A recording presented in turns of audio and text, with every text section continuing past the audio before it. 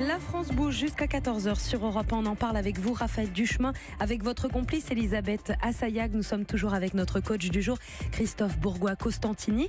Et vous avez trouvé une nouvelle solution pour les auditeurs d'Europe 1, comme chaque jour. Vous savez que c'est la journée mondiale de lutte contre la maladie d'Alzheimer, une maladie qui touche aujourd'hui plus d'1 million de personnes en France. Et les proches aussi sont touchés forcément parce que leur vie à eux aussi bascule. Elisabeth, il y a un entrepreneur d'Aix-en-Provence qui a créé des bijoux intelligents pour suivre au quotidien les personnes qui sont justement touchées par la maladie. Tout à fait. Cette start-up s'appelle GeoSentinel. Elle a été créée en 2015. Elle développe des solutions pour assister et sécuriser des personnes vulnérables atteintes d'Alzheimer, mais pas n'importe quelle solution. C'est pas forcément les montres connectées classiques que l'on connaît.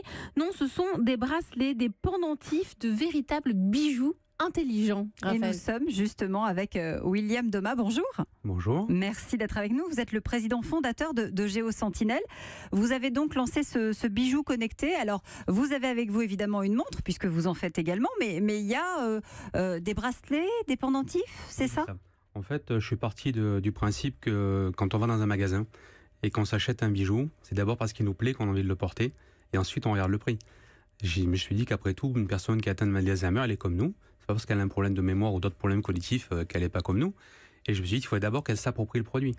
Donc on a d'abord travaillé sur l'aspect bijou, et on s'est dit qu'il fallait d'abord qu'elle se l'approprie, que ça devienne le sien, qu'elle soit fière de le montrer à ses copines, à ses copains, quand elle sort, quand elle va au bridge ou elle va en famille, ou simplement au marché, et qu'elle ait simplement un bijou, plutôt qu'un produit technologique. C'était important donc pour vous que ça ressemble à un bijou. Comment réagissent justement les personnes quand elles portent vos bijoux ? Au départ, ce que j'ai constaté, c'est que les pendentifs qu'on a commencé à faire il y a 3 ans, parce que maintenant ça fait 3 ans qu'on existe, n'étaient pas portés ou très peu, ils les mettaient plus en charge, ils n'en voulaient pas, et il y a un problème de stigmatisation en fait du produit, et ils n'ont pas envie de se sentir malades ou faibles ou en tout cas avec des déficiences ou différents des autres. Et quand ils ont vu le produit qu'on a lancé au CES de Las Vegas au mois de janvier, ils sont de suite appropriés le produit. L'idée sur les personnes qui ont Alzheimer, c'est de venir susciter cette partie de la mémoire qui est leur jeunesse et travailler là-dessus régulièrement et essayer de leur remémorer comment c'était quand ils étaient jeunes.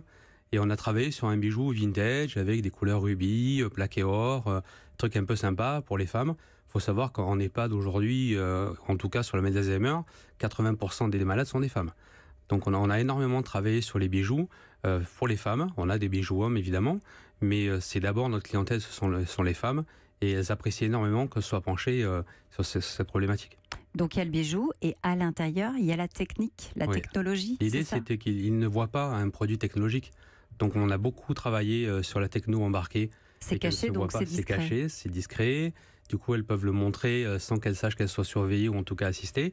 Et à l'intérieur, on a intégré un capteur pour le rythme cardiaque, pour la tension, pour que le médecin puisse veiller en temps réel à l'état physiologique des patients. Le coach ? Enfin, une application intelligente. On est submergé d'applications parce qu'on est un peu feignant, ça a vraiment du sens. Je voulais juste vous donner un tout petit exemple. J'ai lu dans une étude aux États-Unis qui disait qu'en fait, si on se remerciait tous les soirs, on remerciait son cerveau, en disant « Cerveau, je te remercie de m'avoir permis d'accomplir tout ce que j'ai pu accomplir aujourd'hui », il n'avait pas Alzheimer.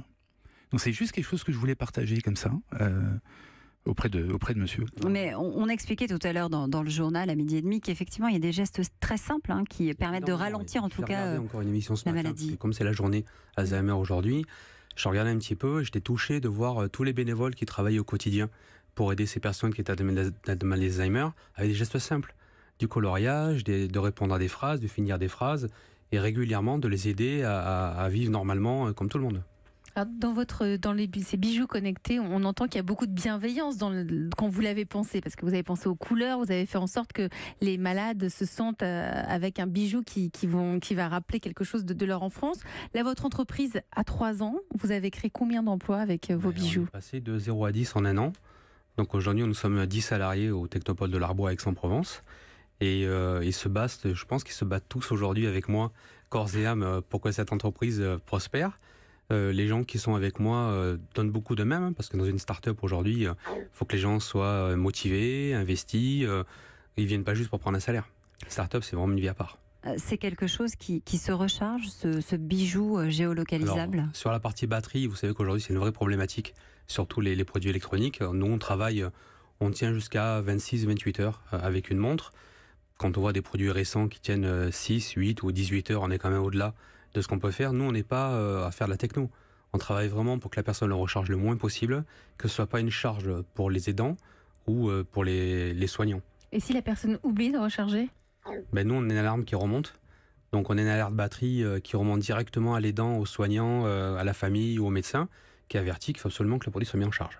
Vous en avez vendu combien depuis que vous existez, depuis 3 ans maintenant? Ben nous, on a un peu moins d'un millier de produits sur le marché, parce qu'on fait de la R&D en permanence. Et maintenant, on s'attaque à des pays comme la Suisse très très rapidement. Et le prix?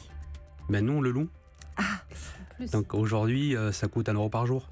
Donc 1 euro par jour, c'est rien quand on voit le prix de la techno aujourd'hui. Et on a voulu vraiment se mettre à la portée des utilisateurs et des familles qui n'ont pas de moyens.